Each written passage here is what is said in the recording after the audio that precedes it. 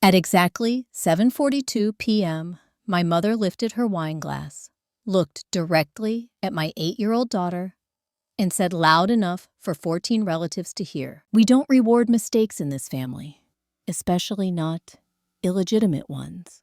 The room didn't gasp. It didn't argue. It went quiet in that polite, suffocating way people do when they decide humiliation is acceptable as long as it isn't happening to them. My daughter Lily was still holding a candy cane. She didn't even understand the word, but she understood the tone. If you've ever watched someone you love be judged by people who were supposed to protect them, you already know what that moment feels like. And if this kind of family betrayal hits close to home, stay with me, because what happened after that Christmas changed everything. I didn't respond, not yet, because reacting too fast would have meant I still needed their approval, and I didn't. But I also didn't know at that moment that my parents had already signed paperwork that would make what they said to Lily look small by comparison. That truth would come later, much later. First, you need to understand how we got to that table. My name is Natalie Rowan. I'm 34 years old, a licensed commercial appraiser in Denver, Colorado. I spend my days assigning value to things: buildings, land, investments. What I didn't realize for most of my life was that my parents had been assigning value to their daughters too. And my sister Claire Rowan Whitmore was always the premium asset. Claire is older by 4 years, married at 27, 2-story home in Cherry Hills. Husband is a partner at a regional law firm. Their son Mason attends a private school that costs more per year than my college tuition did. Claire followed the plan. I didn't. I had Lily at 26. No husband, no dramatic story, just a relationship that ended, and a child I chose to raise anyway. That decision became my permanent label. The mistake. My parents never said it outright, not at first. They used softer words. Complicated, unfortunate timing.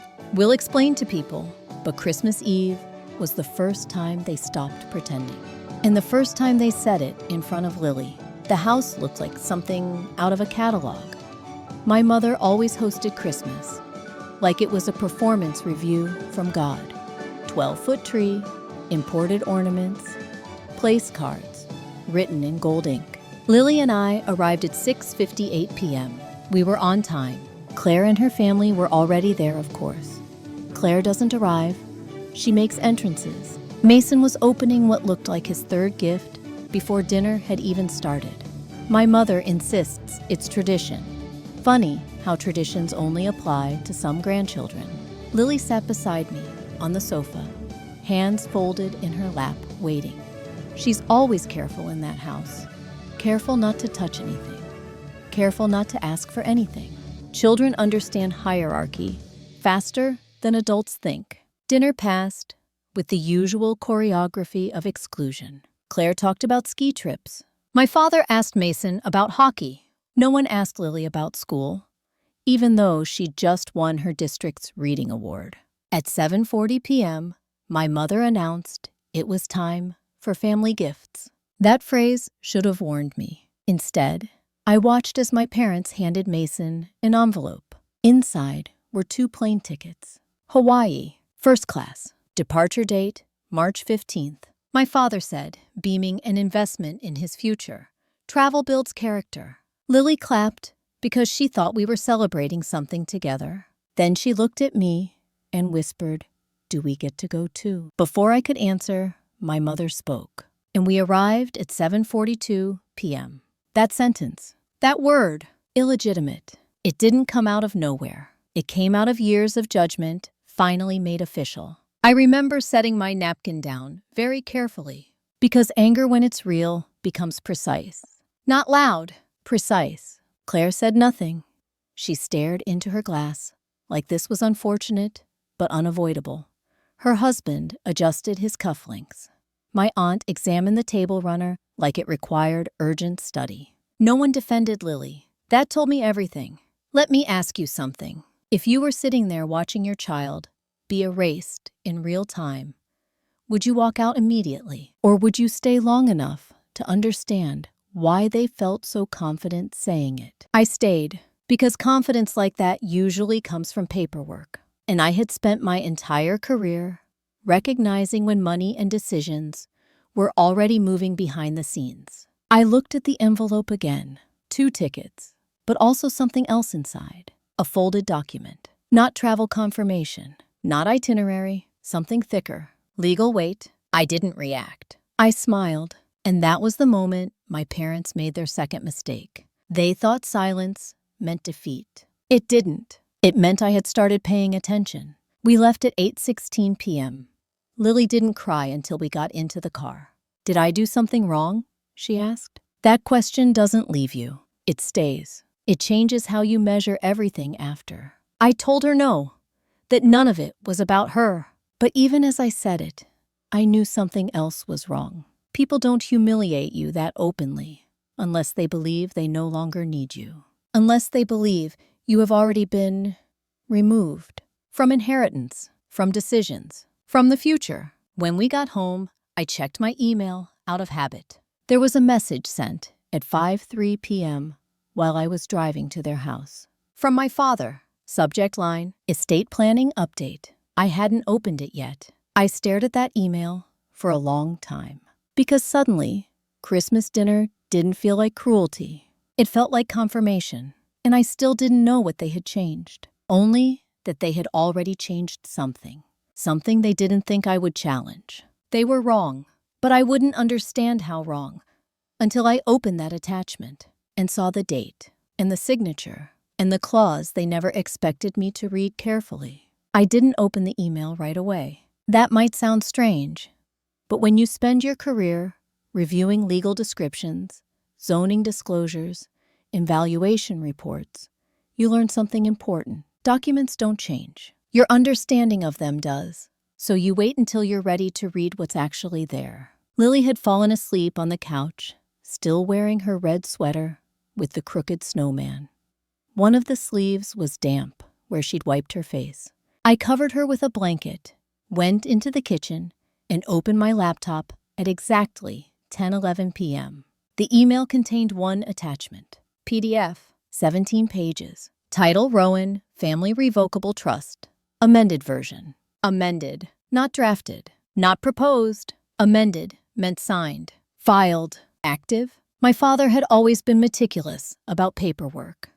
He used the same estate attorney for 22 years, Gerald Klein, downtown office walnut furniture invoices that looked like they were printed in 1997. If this amendment came from Gerald, it wasn't casual. It was intentional. I opened the document. Page 1 looked harmless enough. Standard trust language. Identification of grantors. Richard Rowan and Margaret Rowan. Assets listed. Primary residence appraised at $2.4 million. Investment accounts approximately $3.1 million. Commercial retail property in Aurora. Estimated value $5.6 million. Total estate exposure just over $11 million. I didn't feel anything reading that. I appraise numbers like that every week. Value isn't emotional to me. What mattered was how they were distributing it. Page 8 was where the structure changed. Previously, years ago, when I first reviewed their trust, as part of a refinancing disclosure, the estate had been divided evenly between Claire and me. 50-50. Clean. Predictable. That language was gone. Replaced. Now the distribution read, primary beneficiary, Claire Rowan Whitmore, 90% of trust assets. Contingent allocation, Natalie Rowan 10%, distributed under performance conditions as determined by trustee. Performance conditions. I reread that line 3 times. Trust distributions don't include performance metrics unless someone is trying to control behavior from the grave. And then I saw the next line. Trustee authority.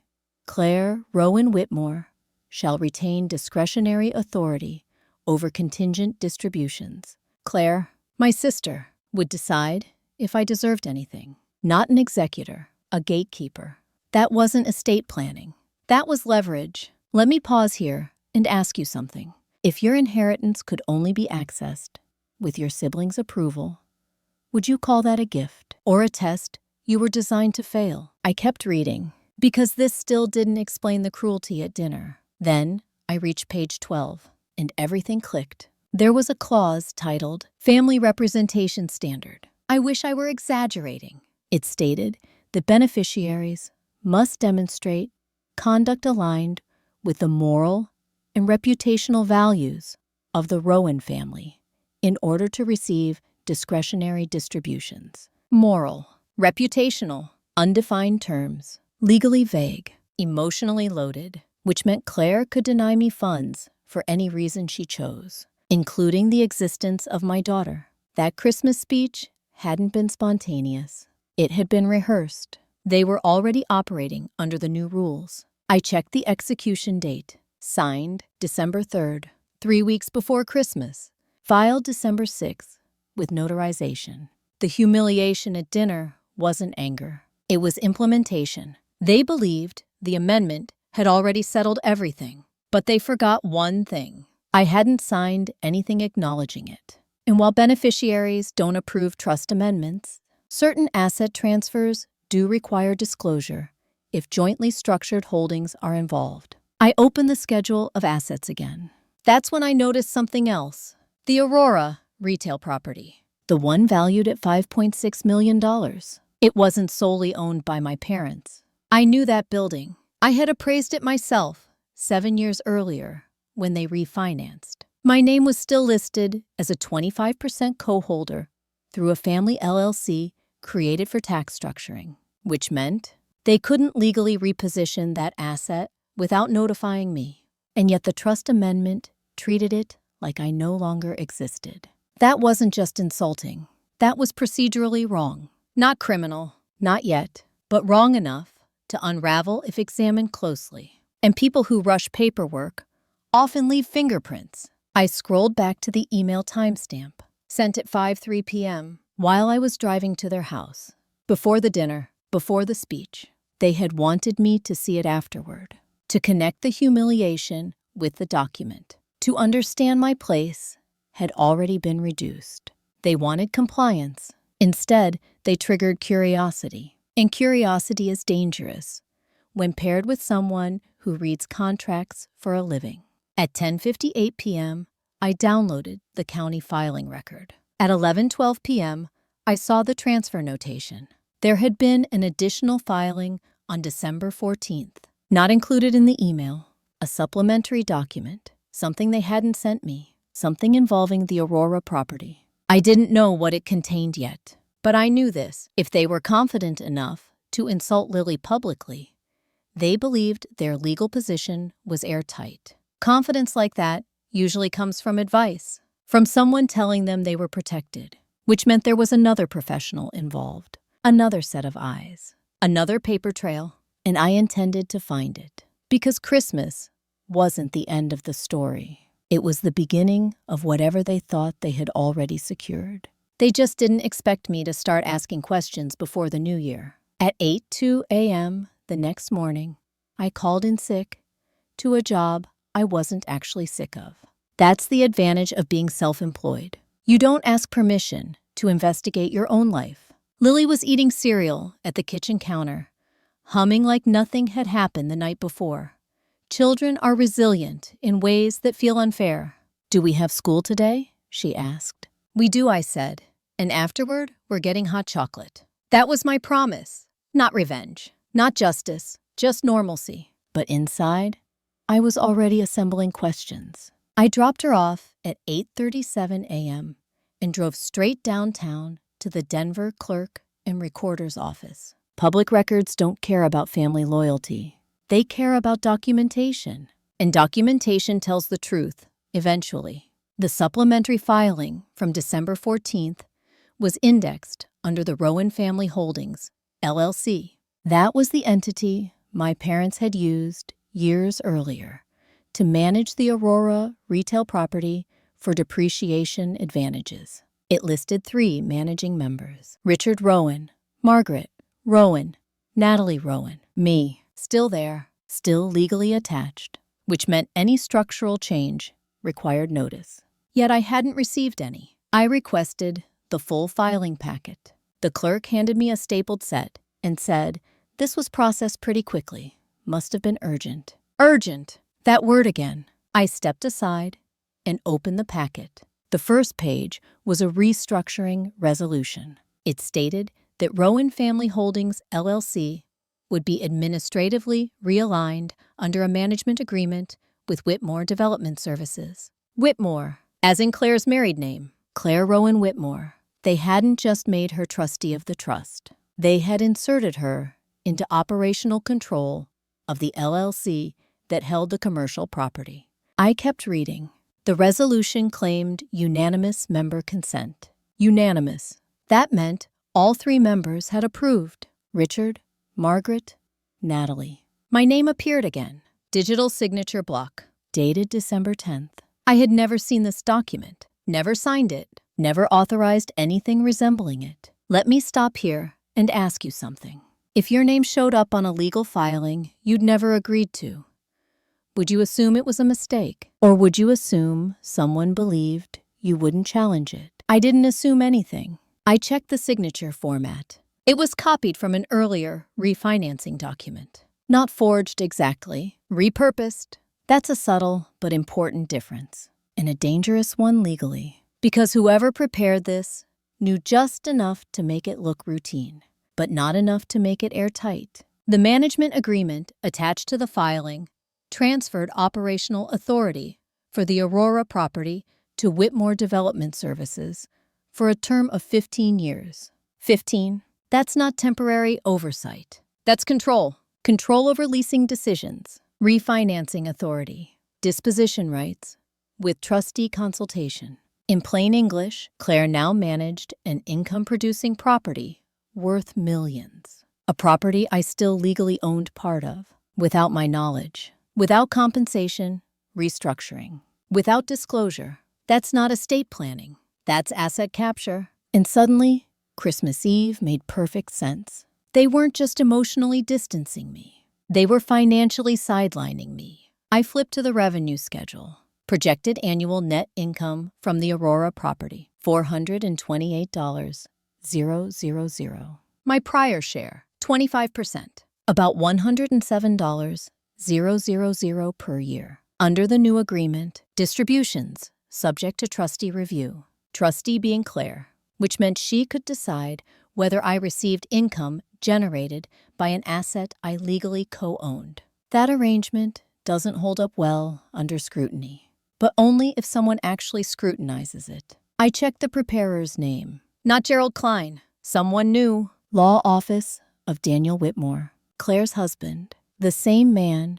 who'd been polishing his cufflinks while my daughter was being insulted. He hadn't been uncomfortable at dinner. He'd been confident, because he believed the paperwork insulated them. I sat there in the records office, listening to printers hum and phones ring, realizing something important. They hadn't acted out of anger.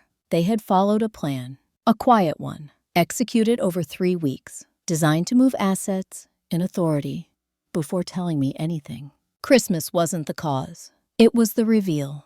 But there was still one problem with their plan. Actually, 2. First, Colorado LLC statutes require explicit consent for management reassignment when minority members exist. Second, income diversion without notice creates fiduciary exposure. Daniel Whitmore should have known that, which meant either he overlooked something or he assumed I wouldn't notice. That assumption was their real mistake. Because I don't confront things emotionally. I analyze them structurally. And structurally, their timeline had gaps. Gaps big enough to question. But I still didn't know why they were rushing.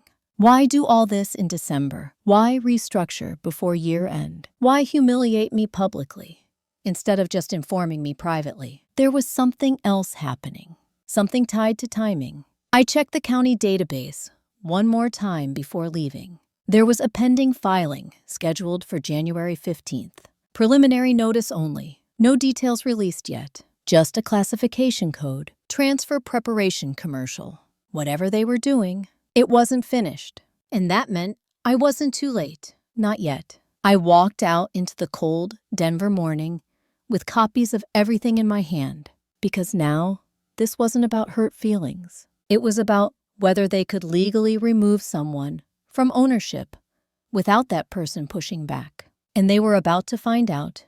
The answer depended on how carefully they'd actually done their work. I had a feeling, not carefully enough. I didn't confront anyone that week. No angry phone calls, no emotional texts, nothing. Because the moment you let people know you're aware of their plan, they start adjusting it. And I wanted to see what they thought they could finish before I spoke. The date that kept circling in my head was January 15th. The pending filing transfer preparation commercial. It wasn't random. Commercial transfers get scheduled when financing is already lined up, which meant someone was preparing to either refinance, sell, or leverage the Aurora property. And if that happened under the structure they created, Claire would control the transaction, not me, not even my parents directly. Claire, I spent Monday morning reviewing market activity around comparable properties. If someone wanted to move that asset quickly, they'd need justification, valuation, loan-to-value ratio, lease stability, all things I understood better than anyone in my family. And one thing became clear almost immediately.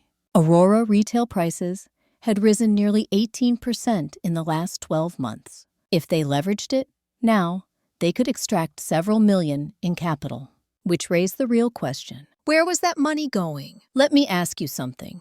If your family suddenly rearranged ownership before tapping equity, would you believe it was about fairness? Or would you suspect they didn't want you included in the payout? I already knew the answer, but suspicion isn't proof. I needed to see the financing trail. So I called someone I hadn't spoken to in years, Ethan Morales, senior loan officer at Front Range Commercial Lending. We'd worked together on 3 appraisal engagements back when I was still doing institutional work. He picked up on the second ring. Natalie Rowan, he said, you only call when you're chasing something. Hypothetically, I replied, if an LLC restructured management right before refinancing a retail asset, what would that signal to you? He laughed. That it's not hypothetical. I didn't confirm. He didn't ask. That's how professional curiosity works. Any lender involved would have required updated valuation, he added, and probably a preliminary package filed mid-December, right when the management agreement changed. So paperwork would exist already, I asked. Oh yeah, loan committees don't move without it. That meant somewhere at a bank brokerage or underwriting desk, there was already a record of what they were planning. And records leave trails. After we hung up, I checked my files from 7 years earlier when I had appraised Aurora Plaza. I still had the original structural survey, the lease abstracts, the tenant mix analysis. I knew the building better than anyone Daniel Whitmore could hire to justify a rushed valuation. If they were using inflated projections, I'd see it. If they were undervaluing to move ownership cheaply, I'd see that too. But I needed access to the new appraisal. And there was only one way to get it, by triggering a disclosure requirement. Minority members in an LLC are entitled to financial transparency when material transactions are pending. That's not confrontation, that's governance. So on Wednesday at 2:18 p.m., I sent a formal request for financial inspection under Colorado Revised Statute, Section 78408. Not emotional, not accusatory, just procedural. Subject line, member information request. I copied Daniel Whitmore and waited, because now the clock wasn't just theirs, it was shared. Lily had a school science fair that night. She built a solar system out of foam balls and fishing line. Saturn kept falling off. We fixed it with extra glue. She didn't know anything about statutes or asset transfers or why I kept checking my phone. And she shouldn't. Kids shouldn't carry adult battles. But as I watched her explain planetary rotation to another parent, I realized something else. My parents weren't just rearranging finances. They were rearranging legacy. Who mattered?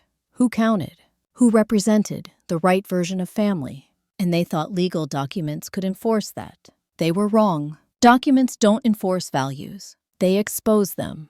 Thursday morning, Daniel responded. Faster than I expected. 3 sentences. We'll provide appropriate materials once the restructuring process is complete. No transaction has occurred yet.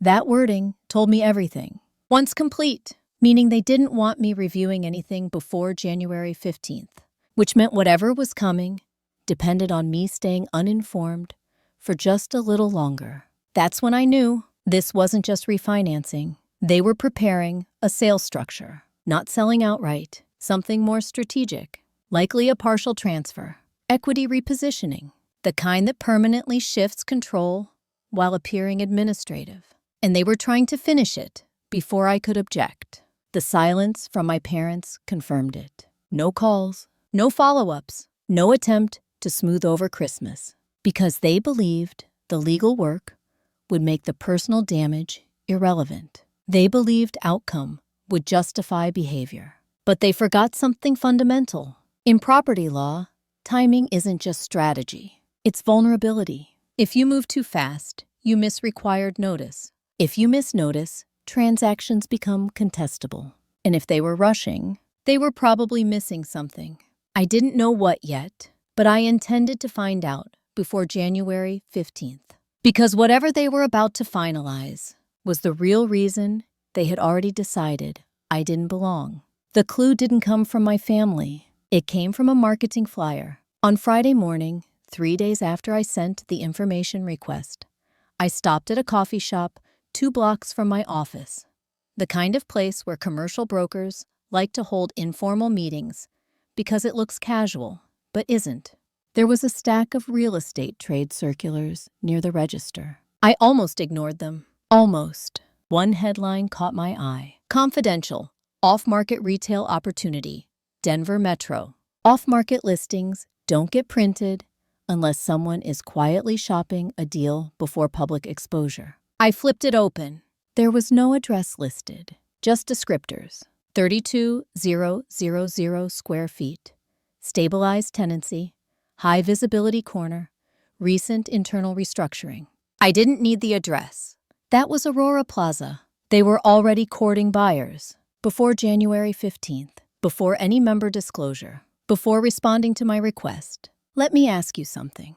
If someone markets a property you partly own without telling you, is that optimism or assumption? Assumption that you won't stop them. I folded the flyer and walked back to my office. Because now, this wasn't theory. It was movement. And movement always leaves participants. The flyer listed a brokerage contact. Carson Hale, Senior Director, Mountain West Commercial. I knew Carson, not well, but enough to recognize his style. He specialized in quiet transitions for family-owned properties, looking to reposition ownership without public drama. In other words, exactly this situation.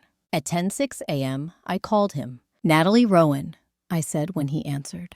There was a pause, the kind professionals make when they realize they may have stepped into something complicated. "Well," Carson replied carefully, "I didn't expect to hear from you today." That told me he already knew who I was, which meant he had been told about me, just not told I might call. "I'd like to confirm whether you're marketing Aurora Plaza," I said. Another pause. "I can't discuss client engagements. That's broker language for yes." "Then let me clarify," I continued. "As a managing member of Rowan Family Holdings, LLC, I'm formally requesting disclosure before any marketing continues." Silence. Because now, this wasn't casual. This was liability territory. I was informed ownership was aligned, Carson said slowly. Aligned. Someone had assured him consent existed. "Ownership is not aligned," I replied, "and you may want to pause distribution of that flyer before it becomes discoverable." That's when his tone changed. Not defensive, concerned, because brokers don't like being pulled into intra-family disputes. "Deals die there. I'll need to review our engagement letter," he said, which meant he was realizing he might not have been given the full picture either. We ended the call politely, but the damage to their timeline was already done. Marketing creates records. Records create accountability. I opened the county assessor's database again. Then I searched recent financing statements. That's when I saw it. A UCC-1 filing, dated December 28th, filed by a private lender, Summit Ridge Capital, amount secured $3.2 million. Collateral reference, Rowan Family Holdings, LLC interests. They weren't just preparing to sell. They had already borrowed against the ownership structure. Bridge financing, short-term capital used to reposition equity before closing a larger transaction, which meant January 15th wasn't the beginning. It was the conversion point. They were planning to leverage the property, transfer operational control, then convert debt into ownership, restructuring, all without fully informing one of the equity holders, me. That's not just aggressive. That's legally fragile, because bridge lenders demand representations from all members, representations I had never signed. I leaned back in my chair, staring at the filing number. Now I understood the rush, the insults, the silence. They weren't excluding me emotionally. They were trying to close a financial window before I could intervene, and that window was closing fast. Lily called me at 3:22 p.m. from after-school care. "Can we still get hot chocolate today?" "Yes," I said, because life keeps happening even when families try to rewrite it. We sat at a small cafe near her school later that afternoon. She told me about Saturn again, about how glue works better if you wait. You can't rush it. That line stayed with me because rushed structures fail the same way. They don't hold. My phone buzzed while she was stirring whipped cream into her cup. An email from Daniel Whitmore, subject line, clarification of authority. Inside was a formal notice claiming the restructuring had granted Claire exclusive managerial discretion pending final transition. They were doubling down, trying to assert control before I could challenge process, which meant they were worried. People confident in their legal footing don't rush explanations. They proceed quietly. I looked at Lily Chocolate on her upper lip, completely unaware of asset transfers and bridge loans. And I realized something. This wasn't just about inheritance anymore. It was about precedent, whether someone could rewrite ownership by redefining who counted as family, and whether they believed I would let them. They still thought I would react emotionally. They still thought I would argue at dinner tables. Instead, I was documenting. Because documentation outlasts opinions. And January 15th was coming. But now, I knew exactly what they were trying to finish before that date arrived. By Monday morning, I had stopped thinking of this as a family issue. Families argue. They exclude. They say unforgivable things at Christmas. But families don't file secured financing statements against shared property without consent. That's business. And business follows rules, whether emotions do or not. At 9:03 a.m., I called Summit Ridge Capital. Not to accuse, to ask a question. Lenders are legally required to answer. Can you confirm receipt of member authorization certificates for Rowan Family Holdings, LLC, I asked. The receptionist transferred me twice. That was my first signal something wasn't clean. Finally, a junior associate picked up. Yes, we received borrower certifications as part of the closing package, he said. Signed by all managing members, I asked. Pause. I would need to check the file. Of course he would. Because if they had my signature, he would have said yes immediately. Instead, he put me on hold. 2 minutes later, a different voice came on the line. Senior counsel, polite, careful, the tone lawyers use when they're assessing risk in real time. Miss Rowan, we were informed the entity had authorized representation. Authorized representation. That phrase again. It's what people say when they don't actually have unanimous consent. Let me ask you something. If a lender finances a deal based on incomplete authority, who carries the risk when that authority is challenged? Not the borrower, the lender, which meant Summit Ridge now had a problem they didn't know they had. I'd like to review the closing documents referencing my membership interest, I said. Another pause. We'll need to consult with borrower counsel. Borrower counsel, Daniel Whitmore, which meant Daniel had assured them everything was in order, without confirming It was. I thanked them and hung up. Because now the structure was clear.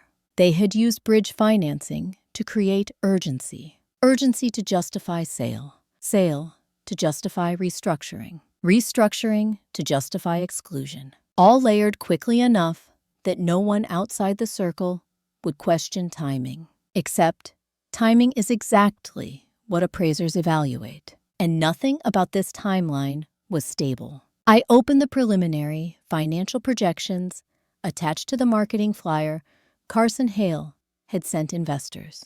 They estimated a sale price of $7.4 million.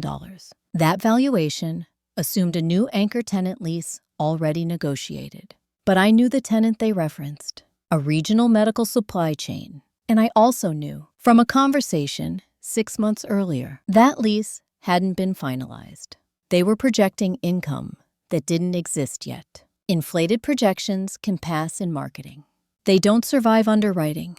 If a buyer relied on that information, the deal would collapse during due diligence. Unless the buyer wasn't planning to hold long-term. Unless this was a flip structure, short acquisition window, equity reshuffle, then resale once stabilized, which would permanently move the asset outside the family trust structure. That's when I realized they weren't just cutting me out.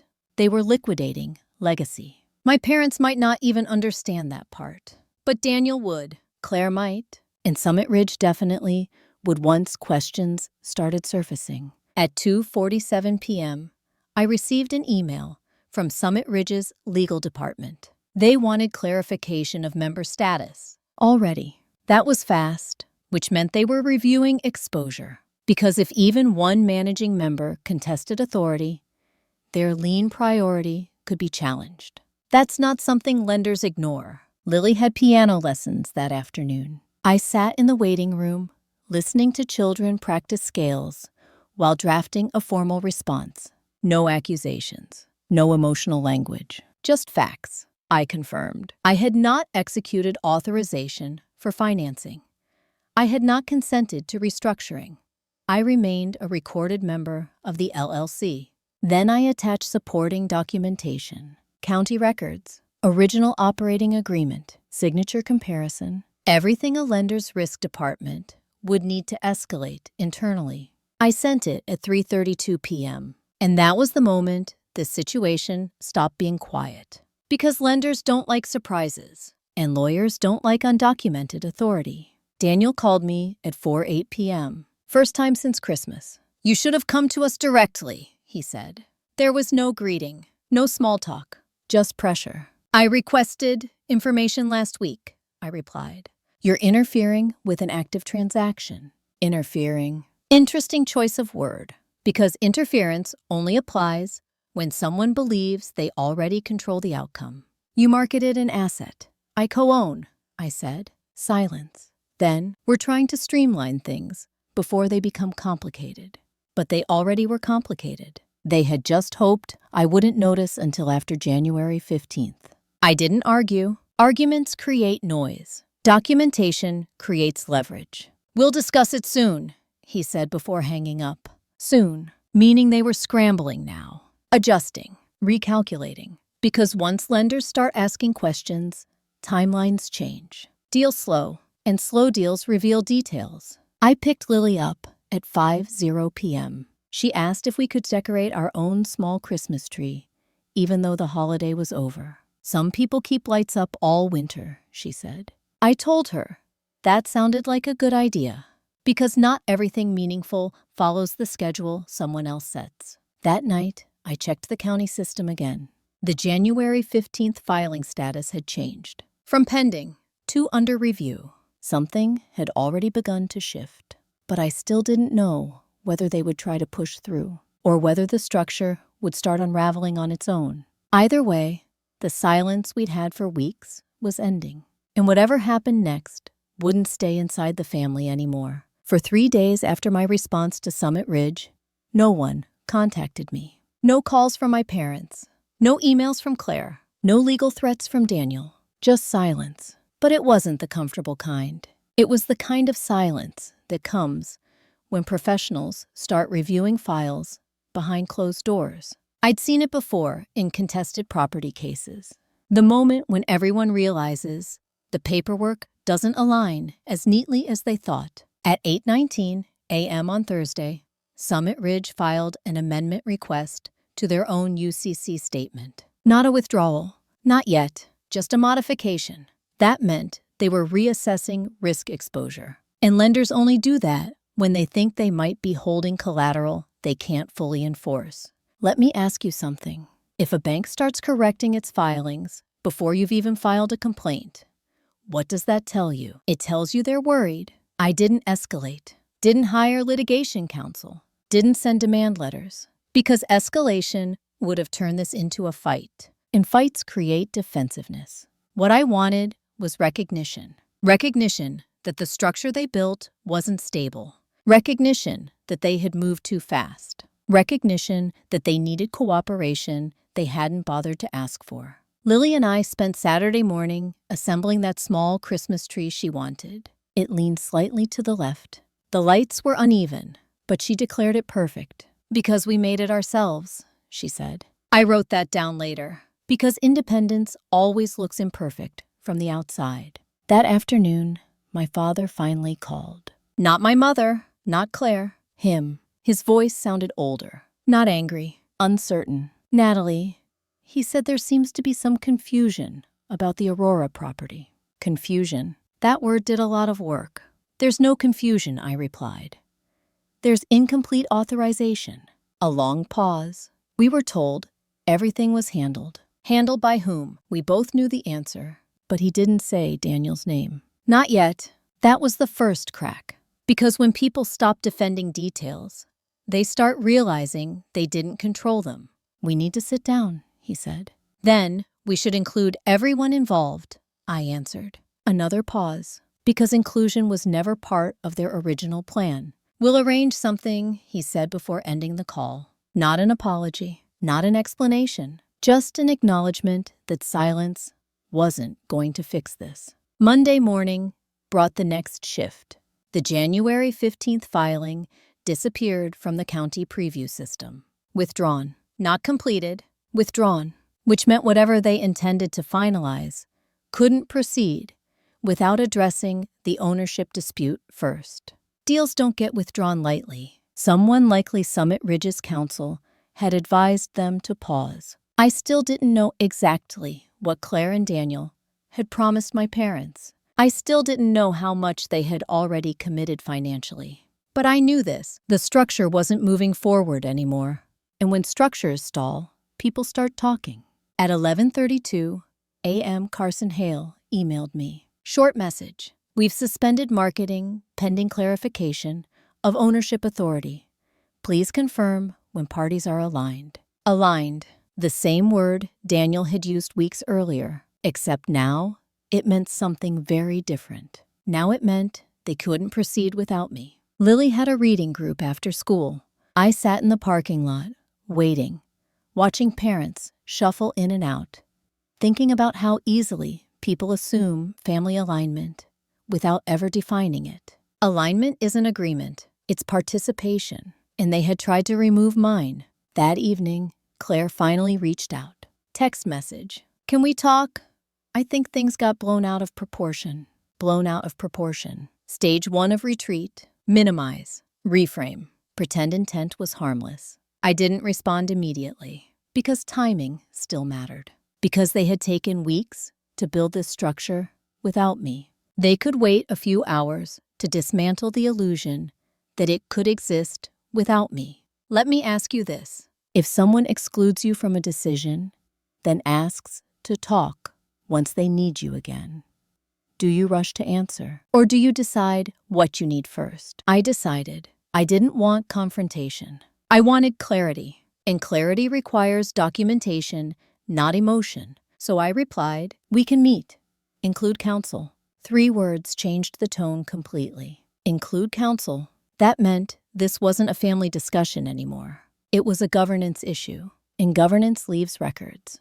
The meeting was set for Wednesday. Neutral office. Not my parents' house. Not Claire's. A conference room downtown. The same kind of room where deals are made and undone. I didn't know what they were going to say. I didn't know whether they'd admit mistake or try to justify process.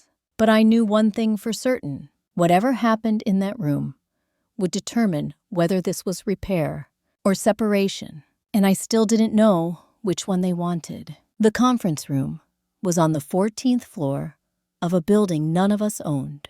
That was intentional. Neutral ground, no holiday decorations, no family photos, no history, just a long, walnut table glass walls and a view of downtown Denver that looked more permanent than any of us felt that morning. I arrived at 9:03 a.m. Marcus Feldman, the attorney I'd retained 2 days earlier, was already there reviewing the operating agreement. He specialized in partnership disputes, not divorce-level dramatic, but the quieter kind, where control changes hands without anyone raising their voice. These situations aren't about anger, he told me without looking up. They're about sequence. Sequence. Who acted first? Who documented what? Who assumed authority they didn't have? At 9:11 a.m., Claire walked in with Daniel. My parents followed behind them. No one hugged. That told me everything about where we were. Daniel carried a binder, thick, prepared. He thought this was still a presentation. Let me ask you something. If someone brings a binder to a conversation they say is about misunderstanding, do you believe them? We sat. No one spoke for a moment. Then my father began. We didn't intend for this to become adversarial. Adversarial? Another word. Doing heavy lifting. Marcus spoke before I could respond. We're here to clarify authority and ownership continuity, he said calmly. Not adversarial. Structural? Daniel opened his binder. As you know, he began the Aurora property. Required modernization to remain competitive. Claire's development company was positioned to manage that transition efficiently. Positioned. Efficient. All business language now. No mention of Christmas, no mention of Lily, because this was never just emotional to them. It had always been operational. He slid a document across the table. A development proposal. Projected renovation costs $1.9 million. Projected value increased 22%. There it was. The justification. Not sale. Repositioning. They weren't trying to liquidate the property outright. They were trying to leverage it, renovate it, then refinance under Claire's management umbrella, which would shift long-term control to her firm and eventually ownership influence. A slower transfer, less visible, still exclusionary. Marcus reviewed the document silently. Then he asked one question. Where is Miss Rowan's execution page? Daniel hesitated. Because there wasn't one. We believed prior consent structures allowed managerial reassignment, he said. Believed. That word mattered legally. Because belief doesn't override operating agreements. I spoke for the first time. You restructured governance before presenting the plan. Claire finally leaned forward. We didn't think you'd be interested in participating. Not capable. Not qualified. Not welcome. Interested. That was the language she chose. I looked at her and realized something I hadn't allowed myself to admit before. This wasn't just about control of property. Claire truly believed she was correcting a deviation in the family narrative.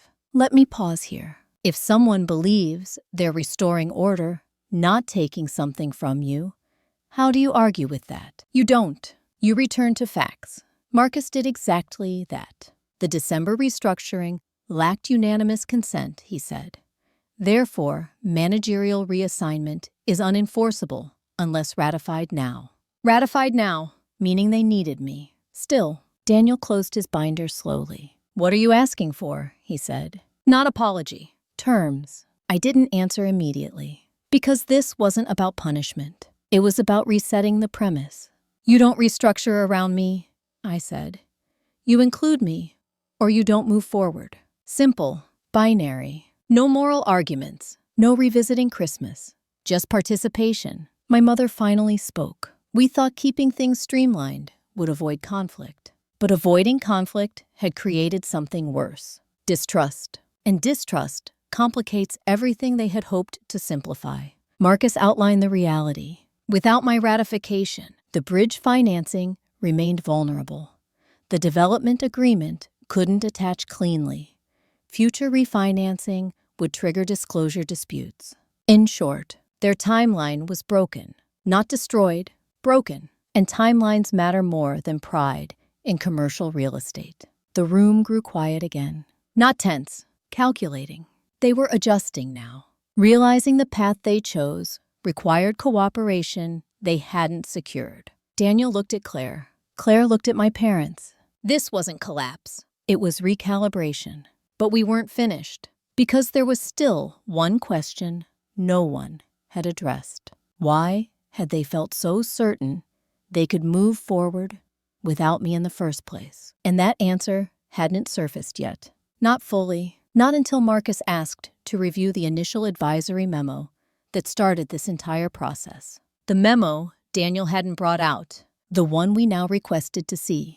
That was when Daniel's confidence shifted. Just slightly, but enough to notice. Because whatever was in that memo explained more than any of them had said so far. And we hadn't read it yet. Daniel didn't reach for the document right away. That hesitation lasted maybe 3 seconds. But in a room like that, 3 seconds is an answer. It's just an internal planning note, he said.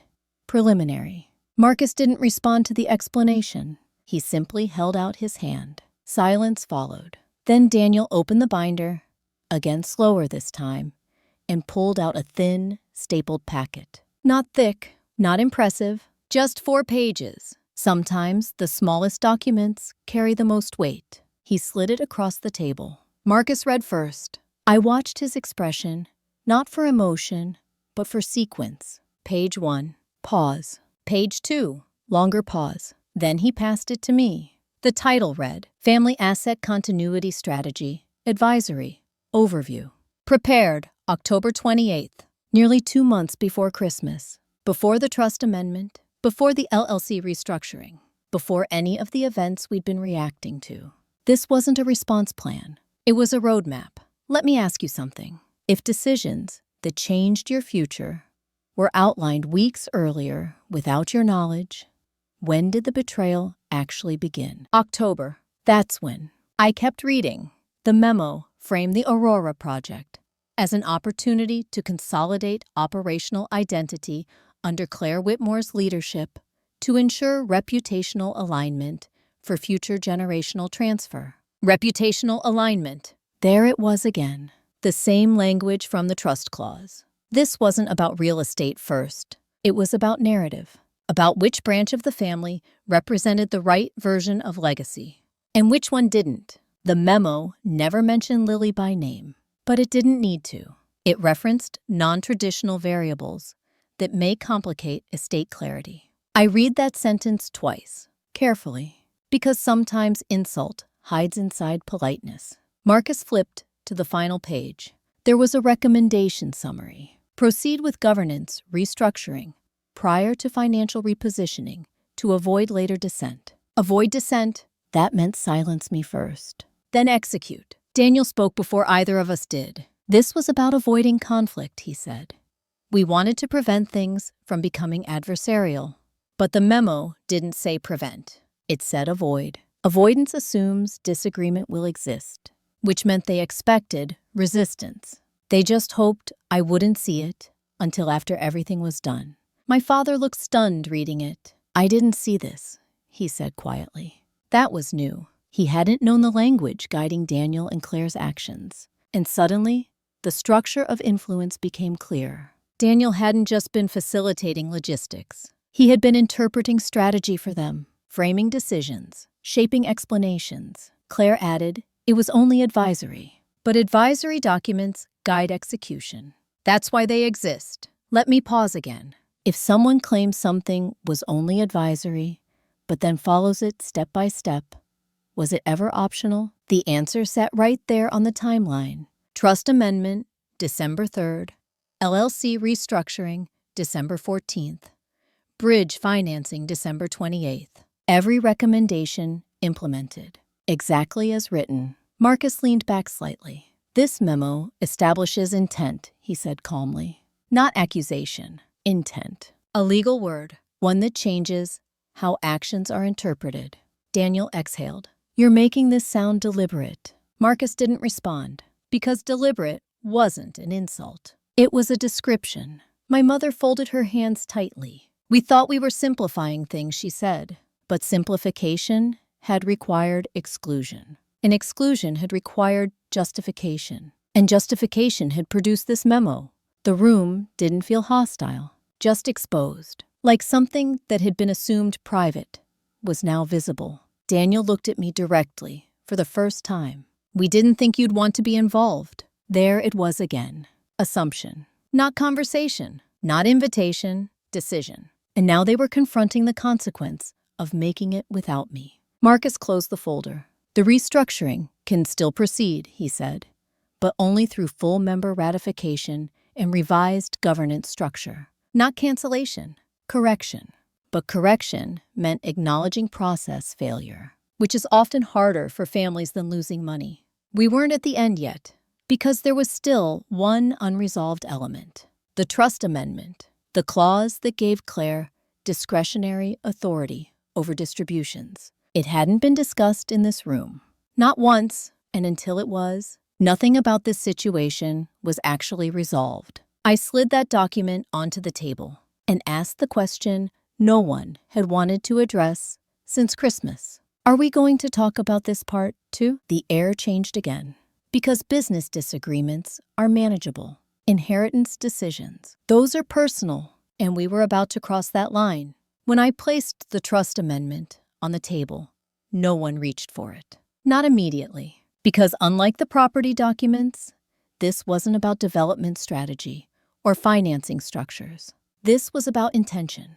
Personal intention, the kind you can't explain away with market analysis. My mother finally picked it up. Her fingers lingered on the first page longer than necessary, like she was rereading something she already knew by heart. We updated the trust for clarity, she said. Clarity. That word again. But clarity for whom? Marcus spoke gently, this time. Not like an attorney dismantling a structure, but like someone translating consequences. The amendment introduces discretionary distribution authority under Miss Whitmore, he said. That materially changes beneficiary expectations. My father shifted in his chair. I thought it was administrative, he admitted. Administrative. Another assumption, but estate documents don't rewrite inheritance percentages administratively. They do it intentionally. Let me ask you something. If someone changes how your family defines fairness, without telling you first, do they believe they're protecting you or protecting their version of you? I looked at Claire. Did you want this authority? I asked. She hesitated, and that hesitation told me more than any answer. I didn't ask for it, she said finally, but someone had to ensure things stayed consistent. Consistent, meaning aligned with the image they valued. The memo, the restructuring, the trust clause, all pieces of the same effort. Not to remove me entirely, but to condition my place. Conditional belonging. Marcus folded his hands. The trust can be amended again, he said.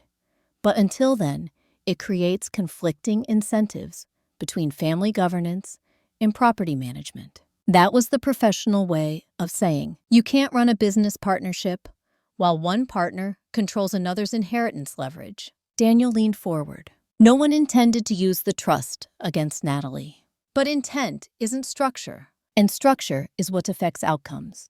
I opened the last page. Execution date, December 3rd, 3 weeks before Christmas Eve. That dinner hadn't been emotional fallout. It had been confirmation of a decision already made. You called my daughter illegitimate after signing this, I said quietly. No one interrupted, because there's no legal framing for that. Only consequence. My mother's composure finally cracked. We were trying to avoid future complications, she said. Future complications. Lily, her existence framed as a logistical issue. And suddenly, the entire timeline made sense. They hadn't been reacting to me. They had been preparing for how my life didn't match the version of family they could neatly transfer forward. Not cruelty, control, misguided, but deliberate. Marcus slid a clean sheet of paper across the table. There are 2 paths, he said. 1, continue under the current trust and restructure everything else to compensate for its imbalance.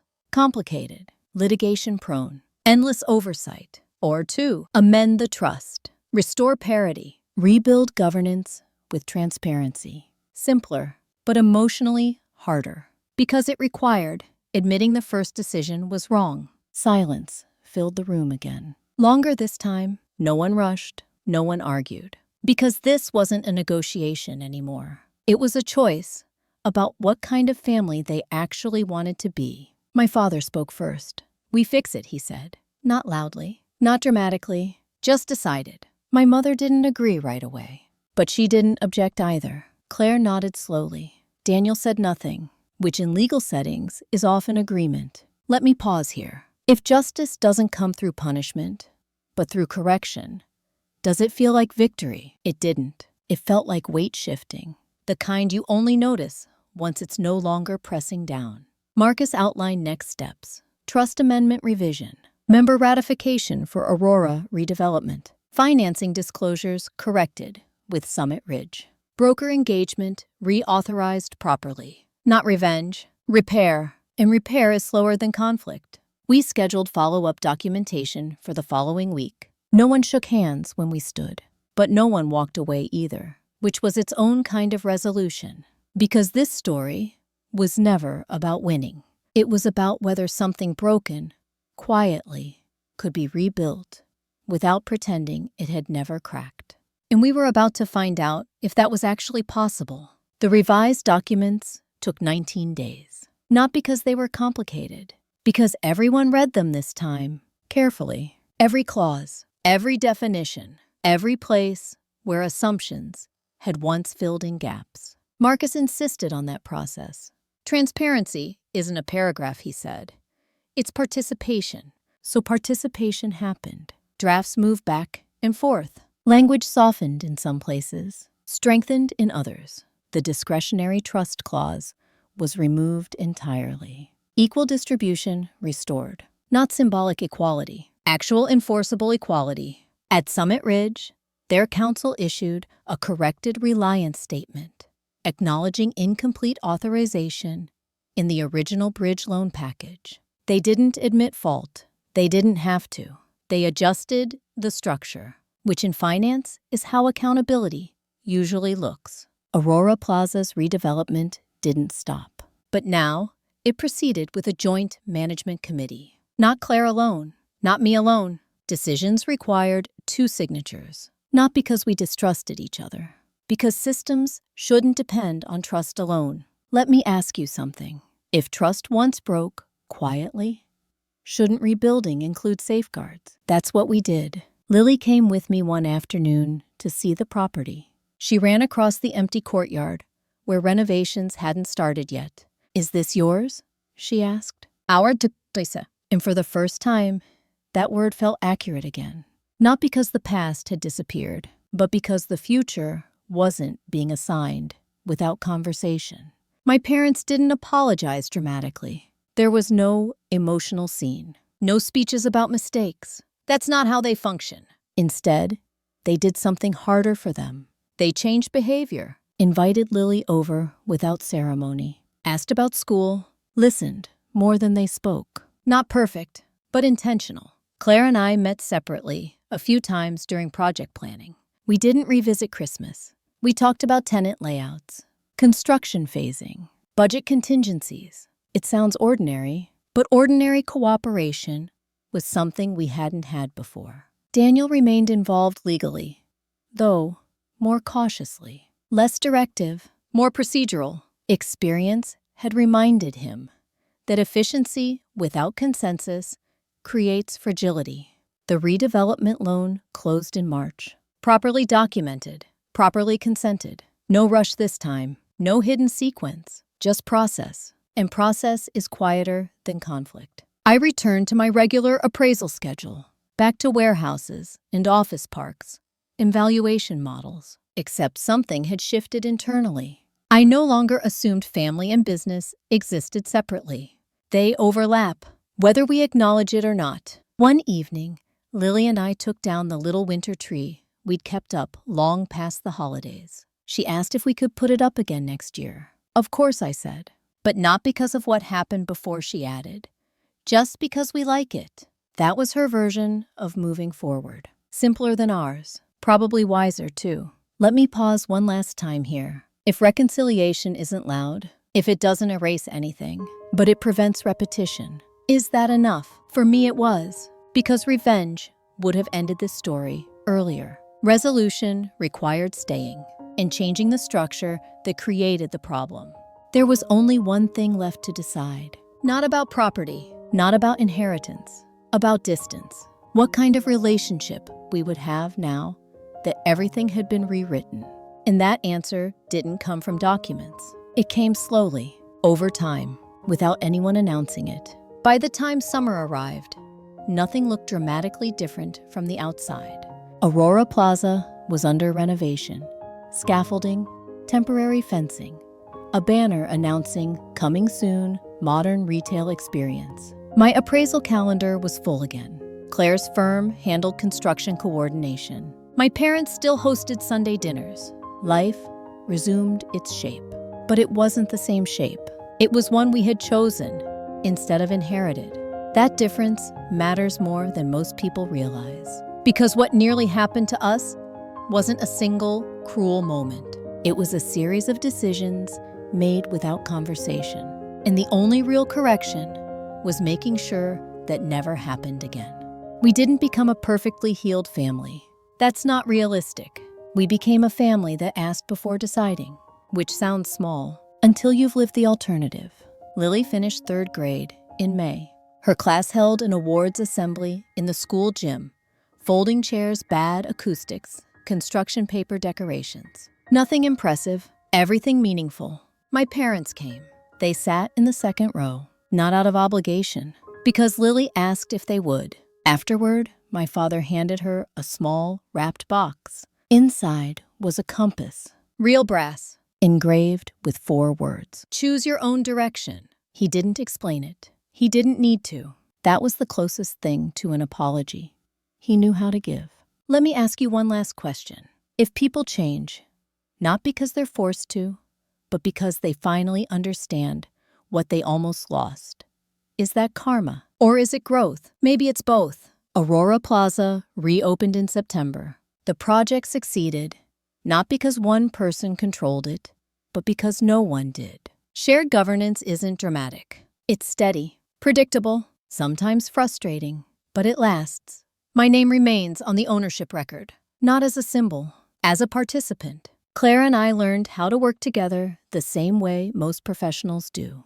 Boundaries first, trust later, and sometimes that's the healthiest order. Daniel still sends emails written too formally. Marcus still reviews everything twice. Summit Ridge still asks more questions than they used to. All of that is fine. Systems that learn become stronger. At home, Lily and I planted a small maple tree in the backyard that fall. Nothing ceremonial, just something she wanted to watch grow. Trees take a long time, she said, while patting the soil down. Yes, I told her. That's why they last. That's the lesson this story leaves me with. The best revenge isn't destruction. It's refusing to disappear. It's staying present long enough to reshape what tried to exclude you. Not loudly, not angrily, deliberately. And if you're listening to this because something in your own family feels fractured, complicated, or unfair, know this. You don't always need to walk away, but you do need to insist on being included in decisions that shape your life. Silence protects the wrong things. Participation changes them. Thank you for being here with me through this story. If it resonated with you, tell me where you're listening from. I read every message. And if you'd like to hear another story about how families survive conflict without losing themselves entirely, there's one waiting next.